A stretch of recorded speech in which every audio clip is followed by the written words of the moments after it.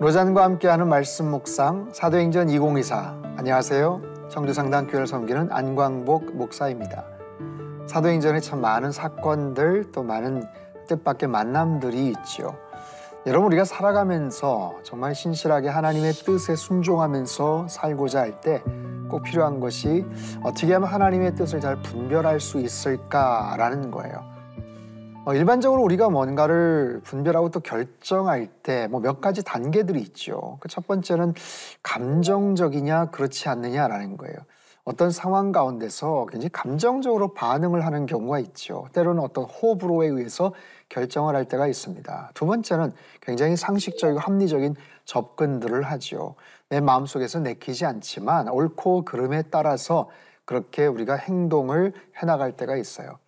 그 두 가지 기본적인 그 베이스에다가 영적인 크리스찬들은 하나님의 뜻, 그것이 좋으냐 싫으냐 아니면 옳으냐 그르냐 그것을 떠나서 하나님이 기뻐하시느냐, 영적인 그 기준에 맞춰서 우리가 뭔가를 결정하고 분별하고 또 그렇게 선택해서 살아가게 되죠.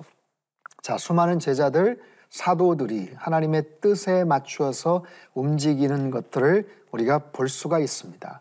그들은 다 성령 충만했어요. 성령 충만하기 때문에 하나님의 뜻에 순종할 수 있었고 그 뜻도 잘 분별할 수가 있었겠죠. 8장에 보면요, 빌립 집사가 정말 사마리아 땅에서 엄청난 사역을 하고 있거든요. 사역이 지금 잘 되고 있어요. 근데 성령께서 광야로 나아가라라고 말씀을 하시자 즉각적으로 그 사역을 내려놓고 순종을 합니다. 그러자 에디오피아 국고 맡은 간대게 네시를 만나서 또 복음을 전하지요. 9장에 보면 아나니아가 분명히 자기는 아닌 것 같은데 사울을 만나서 그에게 세례를 주라 순종합니다. 10장에 보면 베드로가 환상 중에 특별한 그 뜻을 분별하고 고넬료를 찾아가서 그에게 말씀을 전하고 세례를 주는 바로 그런 장면들이 소개가 됩니다.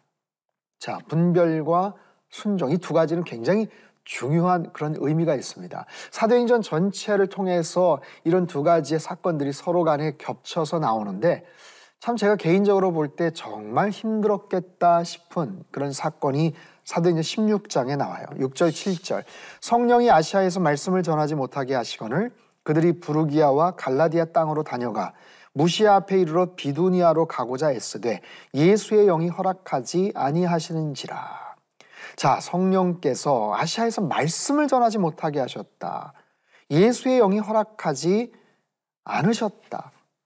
2차 전도 여행 때 사도 바울이 남부 쪽 에베소 지역 쪽으로 갈까도 했었고 또 북쪽 갈라디아 지역 북쪽으로도 갈까 했었는데 이상하게 길이 막히는 거예요. 어떻게 막혔는지 모릅니다. 그런데 예수의 영이 허락하지 않았다라고 이야기를 해요. 여러분, 이것이 왜 어려우냐면 그들이 지금 놀러 가는 게 아니잖아요. 요나처럼 불순종하면서 엉뚱한 데로 가는 게 아니잖아요. 하나님의 말씀을 전하려고 하는데 막혀요. 여러분, 사도행전에 계속해서 나타난 두 가지 물줄기, 성령 하나님은 말씀 전하기를 원하셨고 사단은 어떻게든지 방해하잖아요. 근데 지금 하나님 말씀을 전하려고 하는데 그 길이 자꾸만 막히는 거예요. 자, 흔히 그 패션 용어로 TPO라는 그런 표현들이 있죠. 타임과 place, occasion. 여러분, 하나님의 뜻도 하나님의 사역, 역사도 마찬가지입니다. 적합한 타이밍이 있고요. 또 꼭 필요한 장소가 있고요. 그 상황이 있고요. 특별한 또 만남이 있어요. 분명히 하나님이 기뻐하실 일입니다. 말씀 전하는 거 하나님이 얼마나 기뻐하시겠어요. 그런데도 막히더라는 거예요. 그것을 어떻게 구분할 수 있겠는가? 이거 굉장히 최강의 난이도입니다. 어려운 일이죠.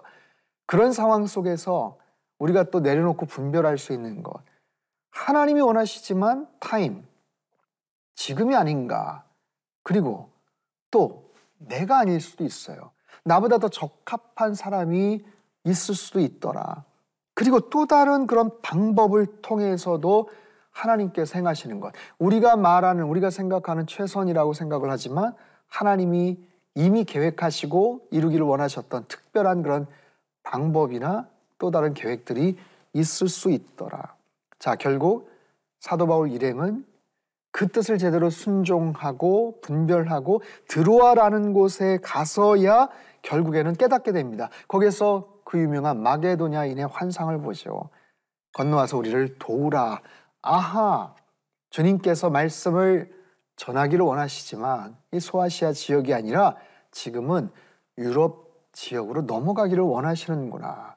그리고 그 드로아에서 방향을 바꿨을 뿐만 아니라 굉장히 중요한 만남이 있습니다. 바로 의사 누가와의 만남이 거기에서 이루어집니다.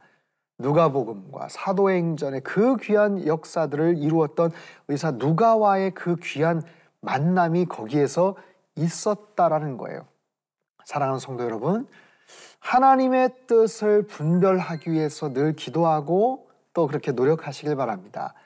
그럴 때 하나님께서 우리에게 깨달음을 주시고 마음을 주실 거예요.